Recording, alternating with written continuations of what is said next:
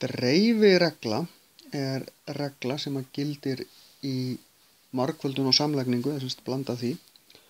Og þessi regla segir okkur að ef við erum með tölu sem við skulum kalla a sinnum töluna b pluss aftur talan a sinnum talan c, að þetta er það sama og að gera og taka í raun a út fyrir sviga og segja b pluss c inn í sviganum. Við skulum skoða hvað þetta þýðir í raun og veru. Við skulum setja inn tölur í staðinn. Þannig að 2 er í staðinn fyrir a, 3 í staðinn fyrir b og 4 í staðinn fyrir c. Ef ég ætla að reikna þetta á hefðbundinn hátt, þá myndi ég fá 6 út úr þessu pluss 8, ég fæ út úr þessu 14. Þegar ég er með svona einfaldar tölur, þá er þetta voða þægilegt. Ef ég ætla hins vegar að nota hina aðferðina, þar að segja nýta mér dreifiregluna, og þá ger ég 2,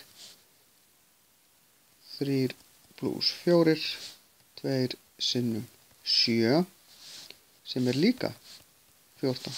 Ég fæ að sjálfsögða sama út. Það getur verið að það sé heppilegra að nota þessa aðferð ef við erum með tölur sem að passa, þannig ég fái þægilegri tölu hér og hér, heldur en að fara að mögla í gegnum þetta. Ég tala nú ef þetta verða lengri romsur. Þá getur verið að þetta sé þægilegra og betra.